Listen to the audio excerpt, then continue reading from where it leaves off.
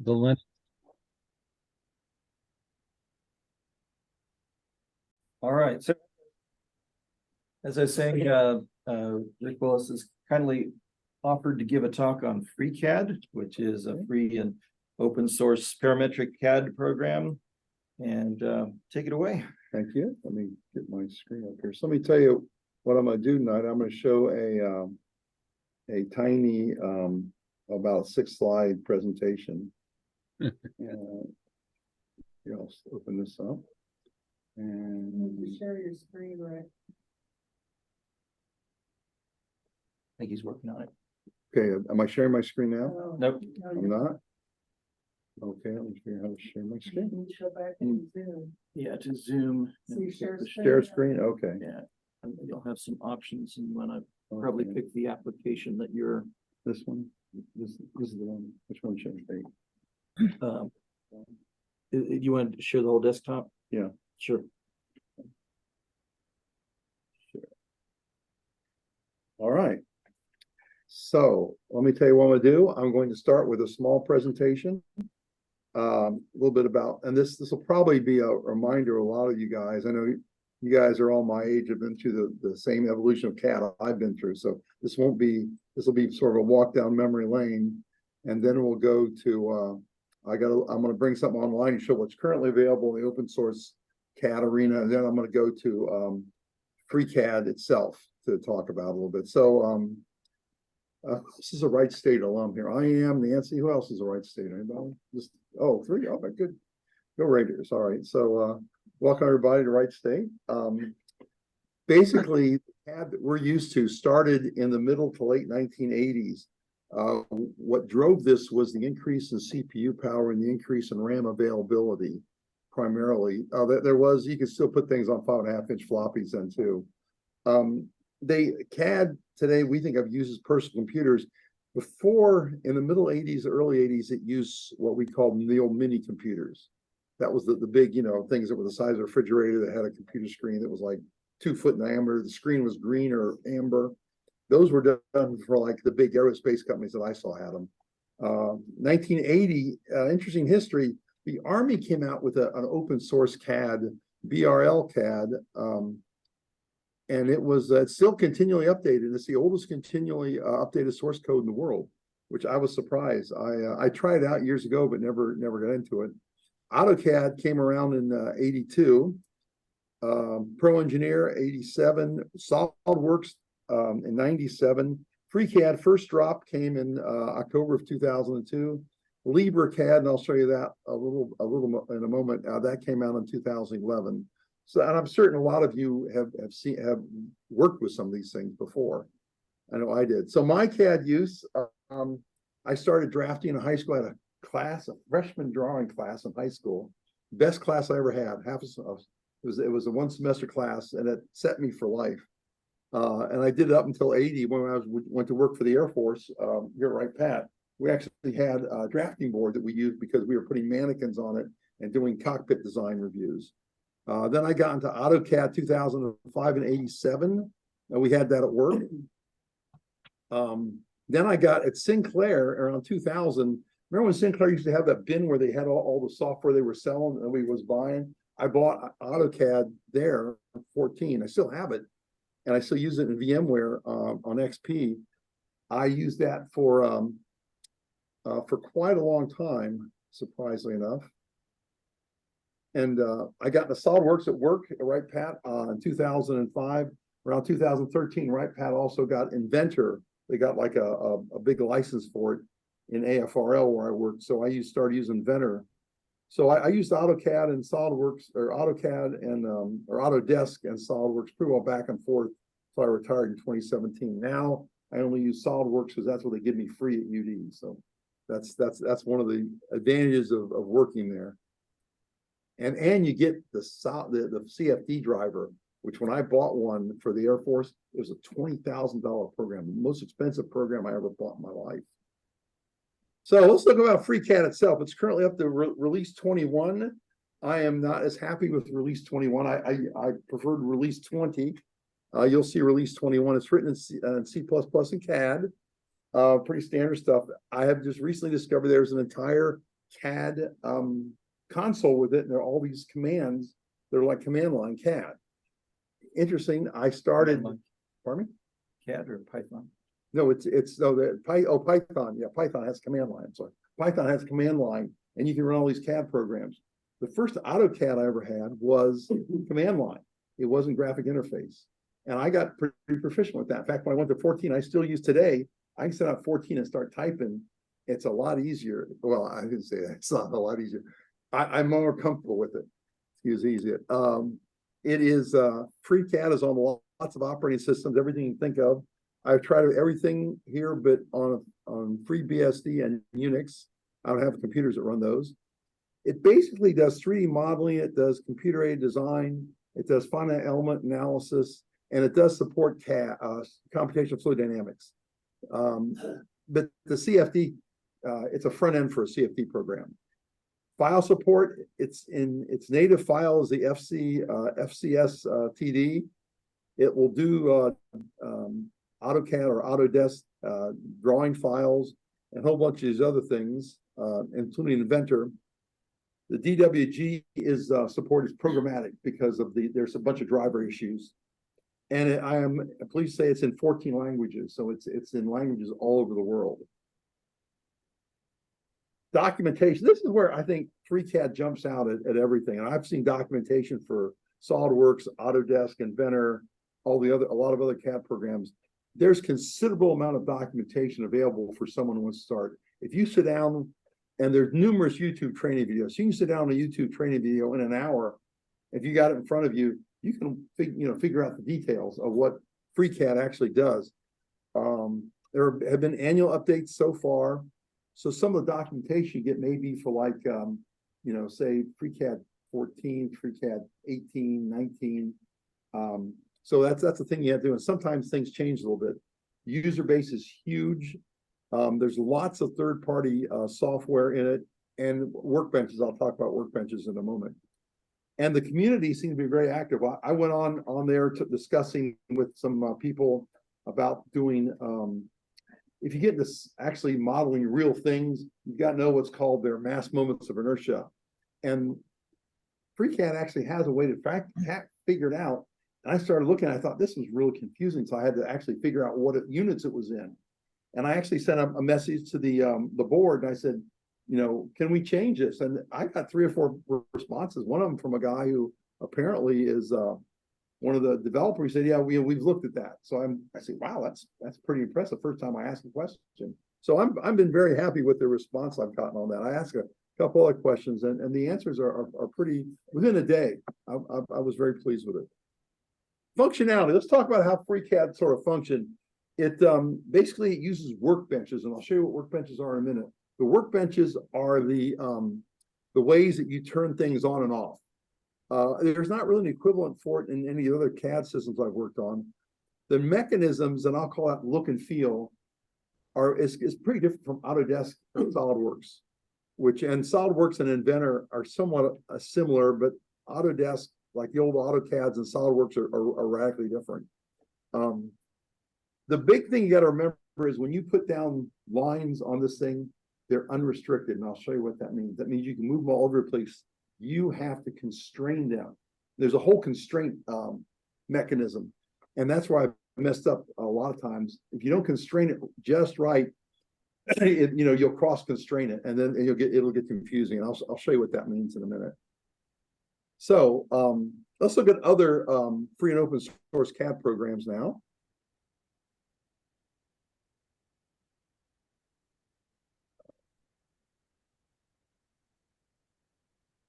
Okay. The reason I'm pulling this up is to show you guys there's a huge amount, because this is a open source group, so I thought I'd show it to you. Going down the list here, LibreCAD is a 2D CAD program. I've used it a little bit before. It's fairly simple to use, and it's if you like a FreeCAD program that's just a 2D, that's a nice one to use. The Army CAD program, the BRL CAD, is nice. Simone is a it's not quite a CAD program. It's more like think of a MATLAB. It's a MATLAB base. The other ones going down here, LeoCAD and GCAD aren't used too much. I've never used them. OpenSCCAD is part of FreeCAD. It's a solid modeler. So you don't, in FreeCAD or a lot of programs, you start with lines and then you project the lines and make something. In OpenSCAD, you start with solid models and you cut them up.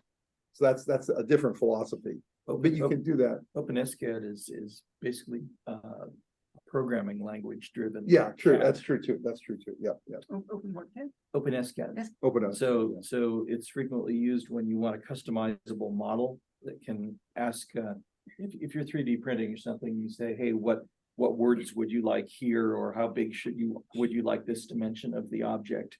And then OpenSCAD can generate the object programmatically on the fly. Okay, thank you. The rest of them are I haven't used them, so I'm gonna confess ignorance on them. There's lots of them in there. KCAD is mostly used for electronics. QCAD is another general license one. Onshape, I'll show you that in a minute. That's a proprietary license, but it's free to use. The trick is everything you show is open source. So anything drawings you put in, everybody can see them. Mark? Well, Onshape is unique because it's browser based instead of application. Yes. So you can do it right in the browser, and it's mechanized like SolidWorks. So if you can use SolidWorks, you can use use Onshape. So and Archimedes is an architectural one, and G-Star and NanoCAD are just small CAD packages. So let's go to Open or Onshape real quick. This is Onshape. Let's see. Nope. I'm gonna try to start. I haven't played with Onshape in probably 4 or 5 months. So you can also buy a professional license.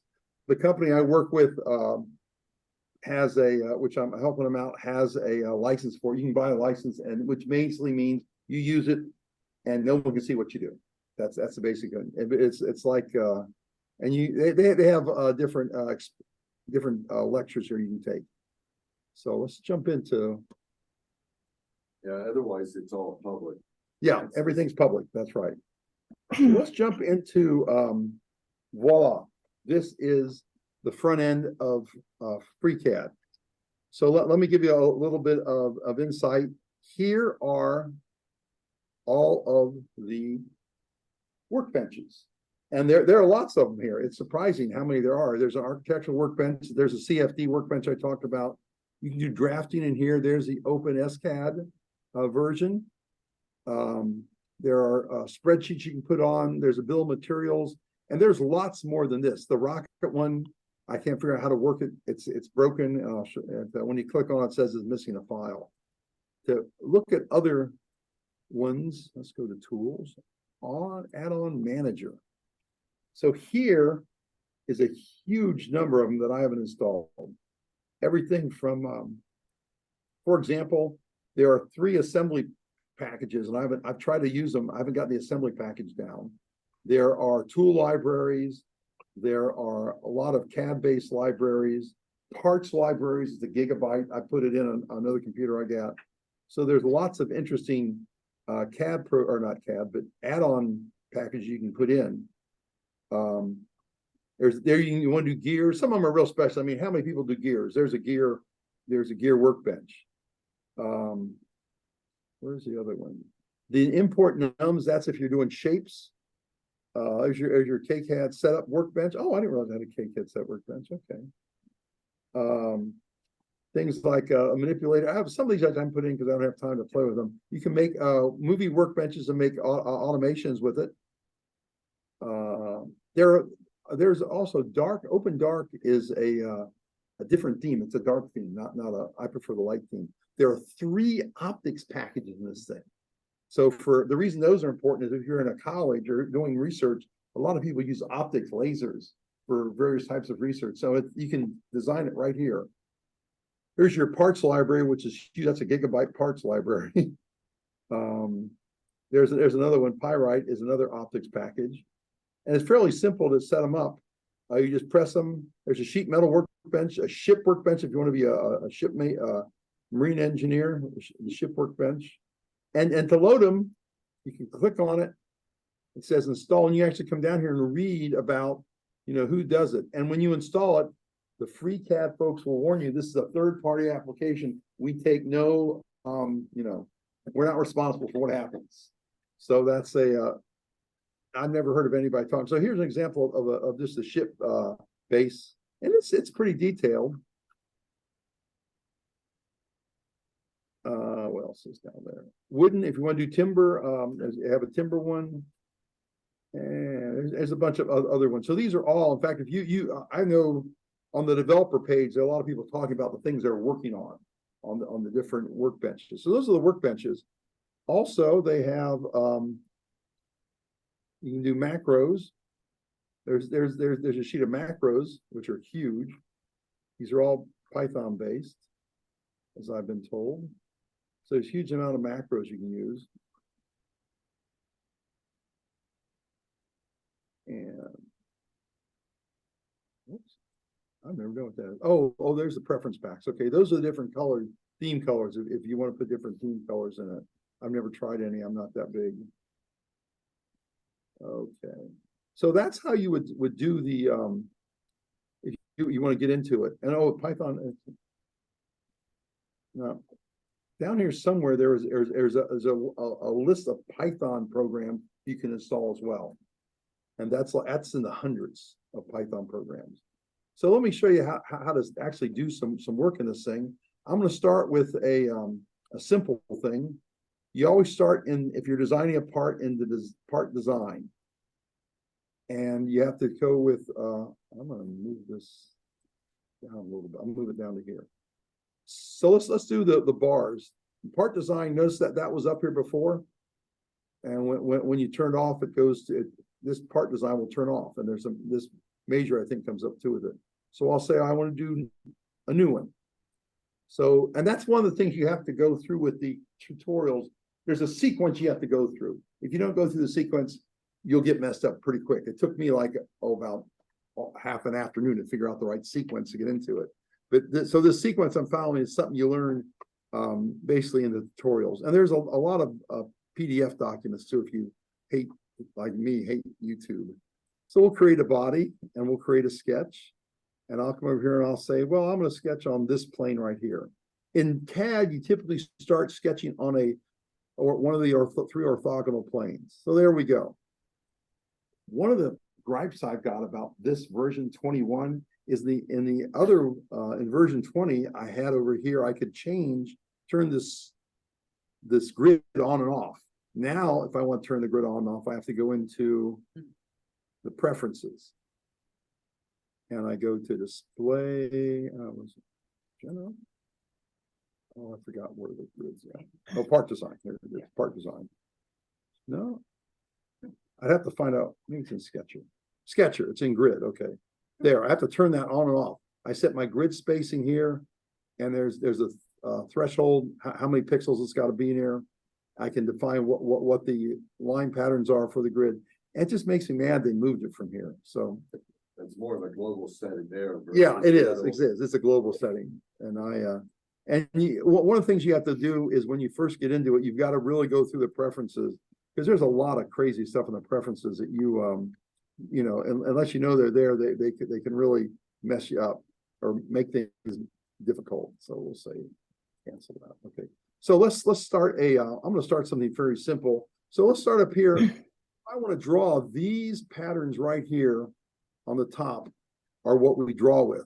Remember I told you have to draw, then constrain? These red ones right here are my constraints. Imagine thinking it's like putting, fixing your drawing to a certain place. Let me give you an example. I will start with this line and I'll say, I'm going to go from here to, let's go down to here. Okay. Now notice right here, it says there's 4 degrees of freedom. It took me a long time to figure out what 4 degrees of freedom meant. It means where these two are at and where these two are at and how they're related back here to this center point 0, 0. This is my 0, 0 point right here. So I'm going to constrain it. I'm going to say, all right, I'm going to say a certain length. There's my length. So I'm saying I'll make it 1.8 inches. Okay, and notice now, one thing I gotta warn you about, there are a variety of mechanisms you use to control the screen. I'm using a control screen that does through the mouse. When I press the center button, first I'll get rid of that. So see that arrow right there? That means I can move around. I'll press the center button and I can pan. I can roll the center button and I can go in and out. So this is set up to do that. Now, there are a lot of other ways to do it. Inventor has a way to do it.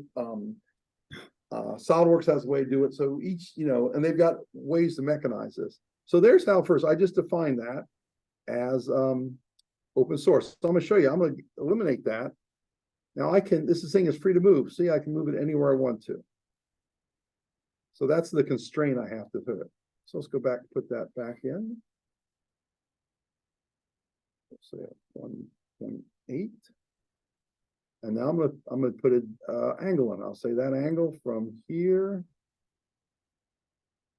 to there, to here is, we'll call it 75 degrees. I still have 2 degrees of freedom. My degrees of freedom it's got to be referenced to this 0 point. So I'll come up here, these lines right here, see this says, this is a vertical line, this is a horizontal line, where I constrain a vertical distance. So I'll constrain a vertical distance from this point to that point. And it says, we'll say it's 1 inch. I just constrained it, okay? Turn it off. One thing you got to worry about, if you don't turn it off and you keep trying to do things, I discovered the hard way that you'll mess yourself up. And these things, by the way, you can move these all over the place. Now notice when I go into this, see how that's turned to yellow? Every time I go to that little button, it turns yellow. That turns it on. So let's do horizontal. That's horizontal. I go from that, see how it's yellow? That one, and it says 1.8, we'll make it 1.8, okay. Oh, so 1 degree of freedom. Okay, I'm about to do it. I did it wrong. Go from here. See how it turned to green right there? It's turned on. I'll go to there. There, okay, see it says 1.8. So I'll say, okay, I'll leave it there. So now see how here left it says fully constrained. That means I can actually use that line for something, all right? So that was just an introduction. Let's put this to good use, and I'll get rid of that. Let me get rid of all these constraints, and we'll actually draw something, and we'll use it for another. Delete. And the constraining allows you to manipulate the geometry by just changing the dimensions or the angle or such without having to. Okay. How do you know what the degrees of freedom is? It says right there. See, If you click on it, will it tell you which one? down here, it says the line edge is the filters, the line edge, the constraint. I don't have any constraints. The constraints page is empty now. Yeah. So this down here, it says what the line is, which is, and if I say that line, see it turns green. So that's the line I'm going to turn on, turn off, turn on. So that's what's unconstrained. It's 4 degrees unconstrained. How do you know that you got to go to the angle and the That's, you can constrain it. There's a lot of ways to constrain something. Yeah, there are multiple ways to constrain something. You have to select how you would like to go about it. Yes, thank you. That's very true. There are multiple ways to constrain things, which can lead to a lot of confusion. It did for me. It still does. When I do something, if I have a very complex model, constraining it will be tricky. Sometimes I erase all constraints and start over again. That's my most confusing thing about Fusion 360 is figuring out how the constraints work, and I'm always either over constraining or under constraining. Okay, I understand that. So I'm gonna draw something real quick that is just a simple, and I'm gonna use we'll use this one right here. So I'm gonna start here. I'm gonna draw multiple lines. So see that yellow button right there? I'll turn it on. I'll click there. I'll go down and I'll click there. I'll come over here and I'll click here, and then I'll come up and click there. Okay. So turn it off. So there is a shape. It's closed. I have 5 degrees of freedom. These are all the constraints that I currently have, and these are the 5 lines that I have. There's 1, there's 2, there's 3, there's line 4. So let's constrain those really quick so I can get on to something else. So I will say, this will be, let's call that 0.9. And typically when you're doing a design, I would actually have these written down on a piece of paper. So I would go through and, because I still design on a piece of paper first. And I'll vertically constrain this. I'll say that's 0.5. Okay. And then I'll horizontally constrain this. Nope, that's the wrong thing to do. Nope, horizontally.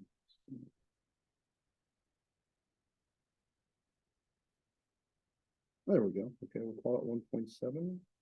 Okay, and then I'll constrain this one right here again. 1.8. Okay, so that's okay. The 2 degrees of freedom. The 2 degrees of freedom are where it's at in the world. So turn this off. Let's move this thing around a little bit just to show you. See, this is unconstrained in the real real world in this particular little universe. So let's constrain it. Let's do horizontal. We'll go from, I'll start here. I'll go from here to here. That's vertical. I'm sorry. Let's hit 0.5. Okay, there's one constraint. And we'll go the other way. We'll go from here first to here. And that we'll call that 0.5 as well. Notice how it's all green now. Now it's fully constrained. See over here, it says the green says fully constrained. This list right here are all the constraints I have. So these are constraints. By the way, these little star shapes, that means these 2 lines are at that particular point. So this constraint right here is constraint 5. Show me where constraint 5 is at. That's not showing me where constraint 5 is. Okay, somewhere in here is constraint 5. So let's say, okay, I'm going to close this. Let's go do something else with this. This is the classic. Now let's do something. If you want to pad it, pad is where you give it dimension. Let's pad it. Let's pad it for an inch. See what that does for us. So there's, oh, by the way, interesting enough, this thing is in metric. So does anyone know what 0.3937 is in metric? It's like 10 millimeters. So that's when I first saw it, I thought, oh yeah, because I teach, when I teach at UD, I teach metric and English units because you got to know them both. So we'll call that, we'll call a pad of 1 inch. Okay. And there it is, it's 1 inch. So that's one way to do it. That gives me a shape that I can do. There are other things you can pad. Let's go to model.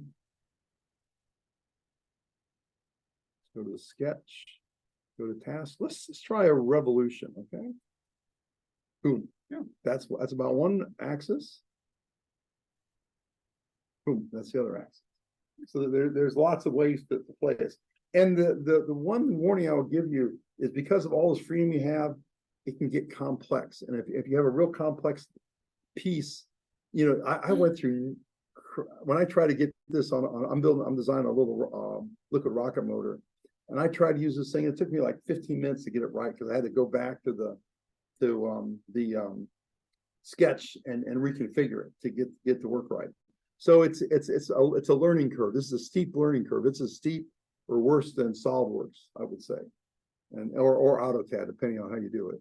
So I just want to warn you, it's useful. I've used it for a lot of things. I've built a cabinet with it already, but it's and you can also print things that are good documents or not documents, things for like stereolithography files for G code.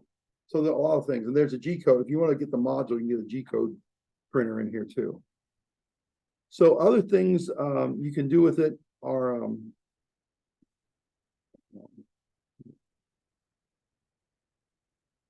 lot of grooving. You can do an additive pipe, a loft on it. Loft is where it goes around, a subtractive loft. I can put a fancy helix on it. What if I make it a helix? Ah, look at that. And sometimes, see, I'm playing with it. Now with this helix, you can actually go into the details and figure out, what do you want? And I actually, a person I know at Columbus who was a graphics artist actually used FreeCAD to make some interesting shapes for their for 3D printing, which I was very impressed with. I thought, wow, I said, why didn't you use SolidWorks? Because it was, he got that. He was at the Columbus Idea Foundry, and they try to push open source there. So, which is real nice of them. So that's the kind of things you can do. I'll just go to some other. I'll close this one out. I'll go to another bench just real quick. Close that. Close without saving. So let's go to another workbench. We can go to the drafting workbench. And we'll do a new one on that. This is a 2D. This is a 2D thing. Notice there aren't any constraints up there. The constraints are a little different color. So these are how you these are snaps right here, not constraints. So let's draw a line. So you see it comes up on a grid, and I can take this line and I can snap it. There we go. So and you just for example, you can use all these snaps. These are the snaps to make lines. Sometimes people will make things in drafting for all the snaps and then import it into part design. So there's lots of different ways to do it. Sometimes your drawings are complex. You want to do them in a drafting mode, 2D mode. You can do all kinds of interesting things with it. And you come over here for your placement, and you come over here for your area and your radiuses.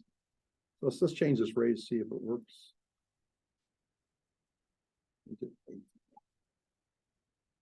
There you go, 0.8. That's how you see, you come over here, very precisely and put it, 8.319. If you need that kind of resolution, you can put it in here. It's a lot tougher to do that in part design.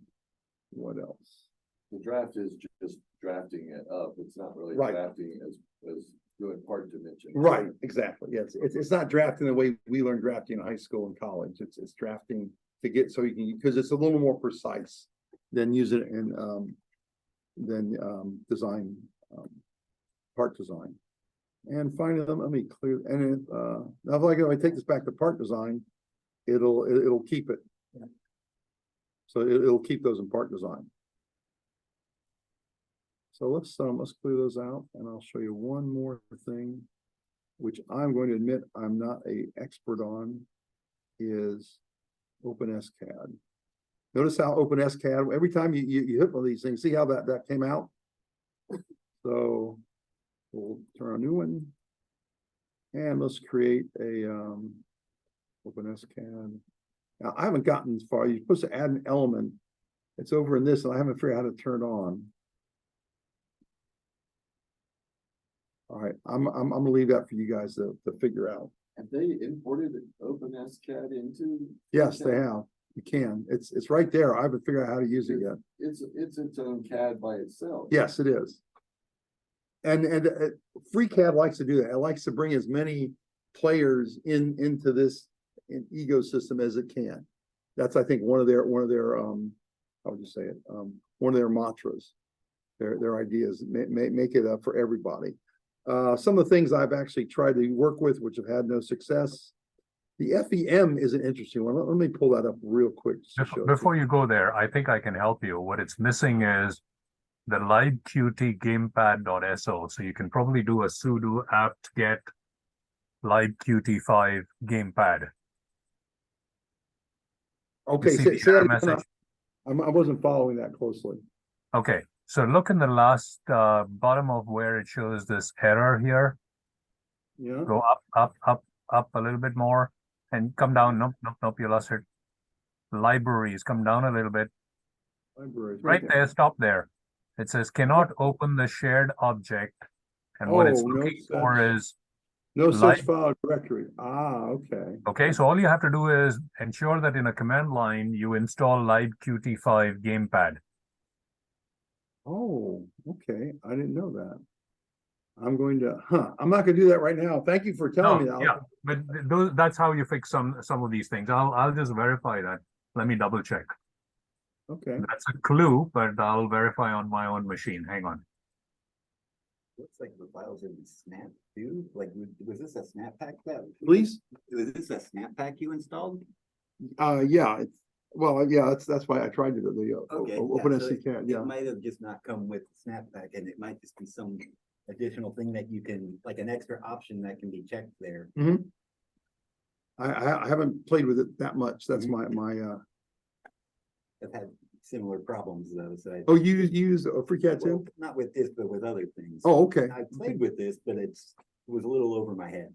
I had thought about creating, like, maybe we could have a night sometime, not at this meeting, but somewhere other time. Everybody wants to do FreeCAD, get together someplace and sit down and play with it. Yeah, That'd be I've used FreeCAD quite a bit. So there are Yeah, things maybe like a FreeCAD users meeting sometime. Yeah, okay. That would be Yes, fun. yeah, the solution for you is going to be installing that LibQT5 gamepad. Okay, okay. I don't know how to do that right now. Let me let me defer that, okay? And I want to show one more thing. It's getting kind of a little bit later here. Let me go into the CFD.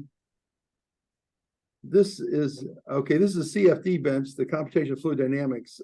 It's I know I'll show you. I'm gonna close this out. I'm gonna show you the finite element analysis. Close that. Mhm. Okay, there is a finite element analysis that just came up. I'm gonna close that out. Okay, one thing you can do when you come over here I can do FEM. Okay, now it's on FEM. The model you can take and you can constrain it and do all kinds of interesting things. I've made this work a few times. I'm seeing if I can see where is that? There's a place here where I can actually show you it bending.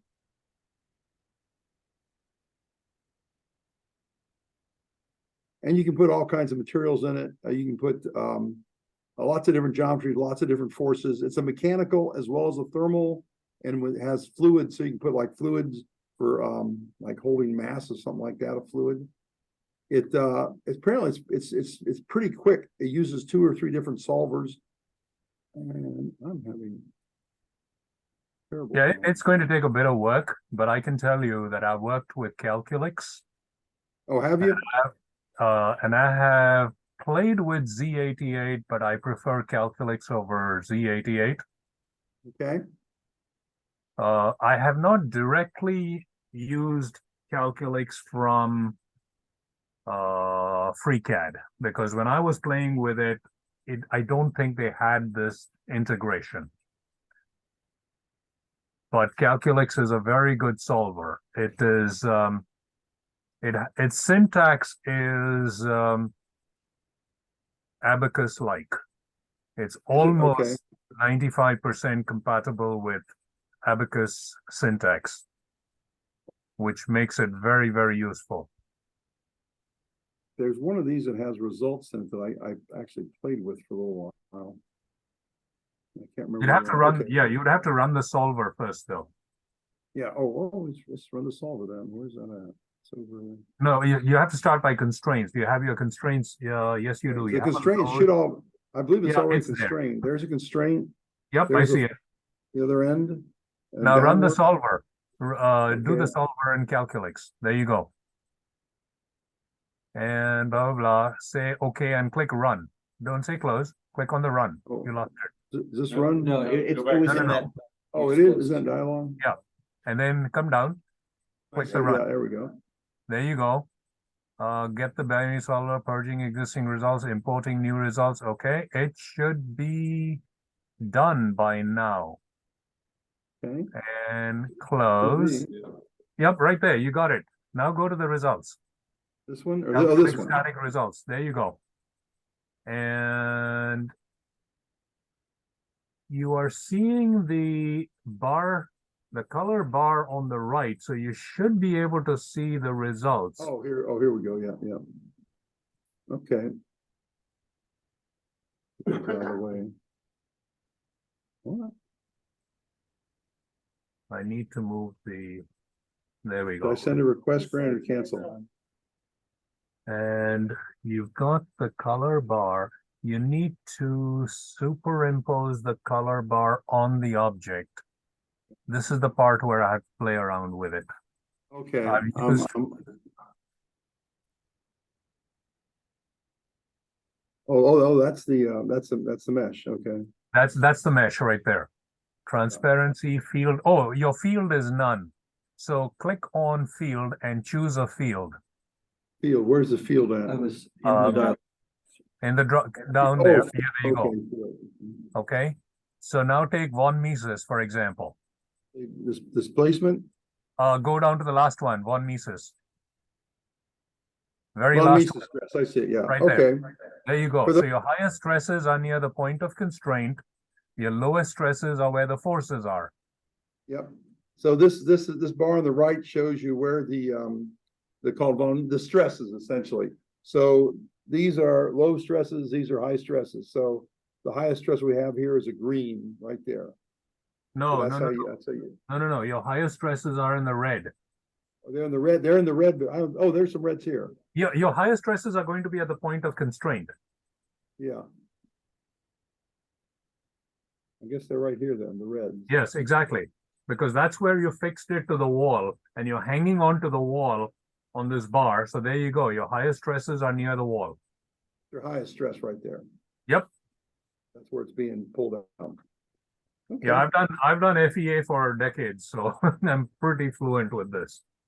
Good. Yeah, we should look. Let's look at sometime in November. Let's put together a FreeCAD meeting working group. Yeah, let's do it in the coming year. I think I might be a little busy towards the end of the year though. Okay, but we can let's look at it sometime. Maybe if not now, then maybe the first of the year. Yeah. Yeah, you guys, anybody else interested in bring your computer and like we used to with the old science club. I know. I remember. Yeah, dragging your old box and monitor. Yep, that'd be fun. All right. Well, that's all I got. Thank you for all the comments. I'm very pleased with you. There's such an interest in it. That makes me feel good. So You went through a lot of different CAD in the beginning. I went through, Sinclair first got their first system and it was donated to them on the second floor, building 10, I think. what was it, a mini computer? Yeah, it was mainframe. It was a Applicon. And I took that class the first time they offered it. And then I wasn't working at the time, so I would spend all my time in their lab to the point where I had the teachers asking me questions Nice.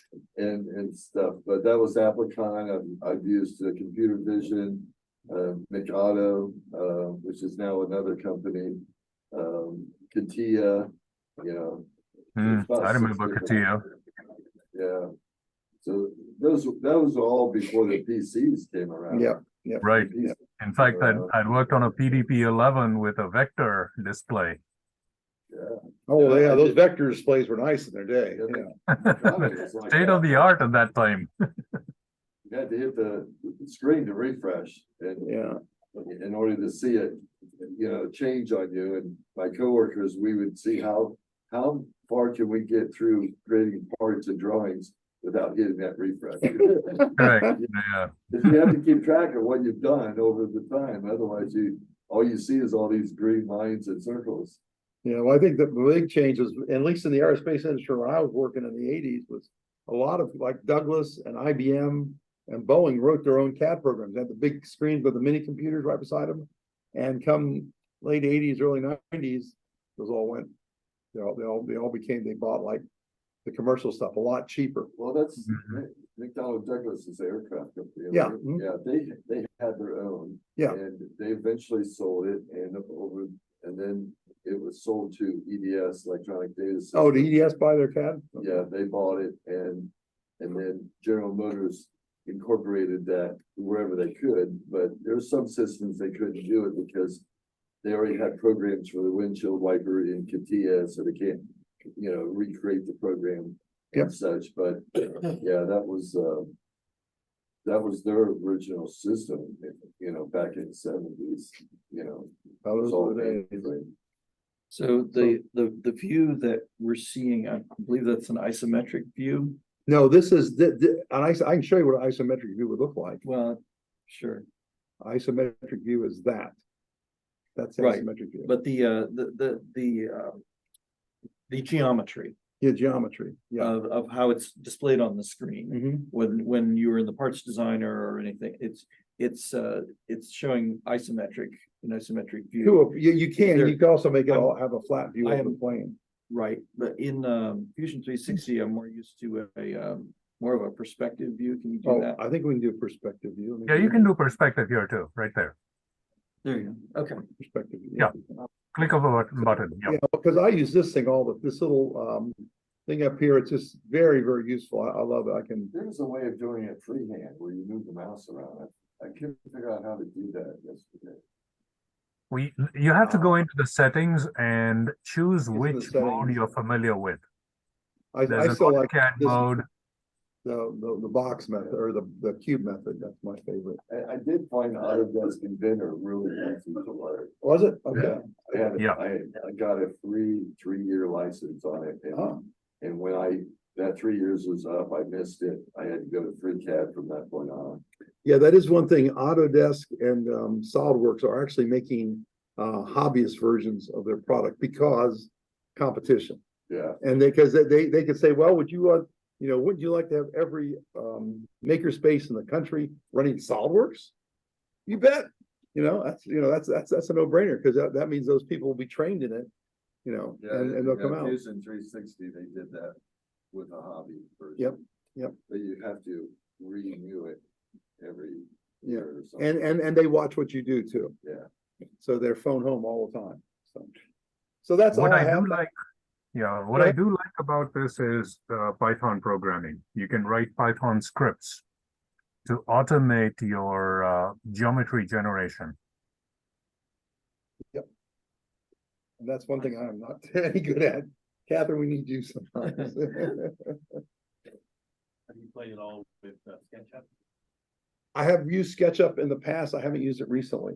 It used to be a standalone app, quite nice, but then they moved to like the other app you mentioned into a browser, which I personally don't like, but some people want. Yeah. So, it's pretty easy to use for, a novice. Yeah, My son was able to use it for a couple simple things when he was in school. and SketchUp, you could also export, as I recall, into STL files. So that was the useful thing. And it's free to Print 'em. use you can buy a license, but you can also use it for free. So, It was originally written and then bought by Google, and then Google sold it to Trimble. But when they sold it to Trimble, that was an agreement that there would always be a free version of it. Oh, okay. Did they like the Trimble up here in right? I think that's a global company, I don't know. Yeah, they may probably have are, yeah. offices here. I have Okay. no idea. It's Cool. go to sketchup.com and it'll have the Trimble logo on it, I'm sure. I've used that for woodworking projects. And it has some nice features for that, including doing a cutting diagram for cutting out your parts. I'm a mentor for a first robotics team, students from 8th grade to 12th. They get 30 license. Last year, at least they had 30 license of SolidWorks. But last year, they kind of switched over to Onshape. And then they use SolidWorks for some of the manufacturing CNC stuff. But for the most part, they've been using Onshape because not everyone, they can go to any computer Yeah. and use it. You know, use so- Onshape on a tablet. Right, so they didn't have to be constrained to only certain machines having SolidWorks and being able to use it. They can go home and use it, they can use it on their parents' computer or their computer. It's just a login into a browser. So that's kind of, I think, why they kind of went that direction. That makes sense. But it's a pretty powerful program too. Yeah, and you only ask, what's AI gonna do with CAD? So. That's all I got. Grant, I'll turn it over to you, sir. Thank you very much, folks. Thank you. Rick, I do have a question for you, if you have Oh, a yes, moment. sir. I have FreeCAD version 19, Yes. which I installed using sudo aptitude, but it looks like 21 uses an app image. Is that how you installed it? I installed it as an upgrade from 20, which I regret. I wish I had kept 20. I don't like 21 as much.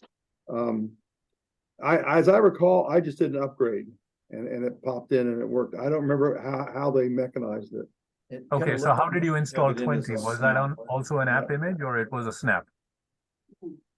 I don't know. From something I saw pop up earlier, it looked like it's a snap. Snap, It's a okay, snap. Okay, all right. Okay, What the install is a snap? I think so, yeah. It's a Linux term. Yeah, it's a package. Okay, package. Yeah. Yeah. Well, yeah, there's a number of package formats that take all the dependencies and put them all, wrap them all together. Flatpak and Snap are some of the big ones. App images. App images are- Yeah, Snap is Ubuntu's kind of proprietary sort of thing. And everybody else likes Pack, so.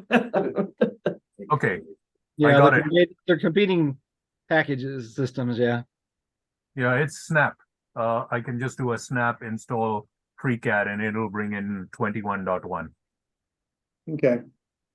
21's a little different. It takes, I'm surprised it took me, I like 20 a lot better, but that's just a personal thing, so. Mhm, If I understand. practice with 21 enough, I'll get proficient again, so. You can't go back. Pardon me? I'm surprised you can't go back. I probably could to take it out and put 20 back in. I've got still 20 on one of them. I got 4 computers at home, so 20's on one of them if I really want to use it. This is my main machine, so it's it also has SolidWorks on the Windows side too, so it's yeah, I have 2 things on here, SolidWorks and Ubuntu, so you know, Windows and Ubuntu on this, so it's 2 terabytes. Come on, I have 4 operating systems involved if I want There you to. go. Anybody have any other questions for? Okay, thanks a lot, guys. Okay, thank you. Thank you. Excellent talk. Like the share.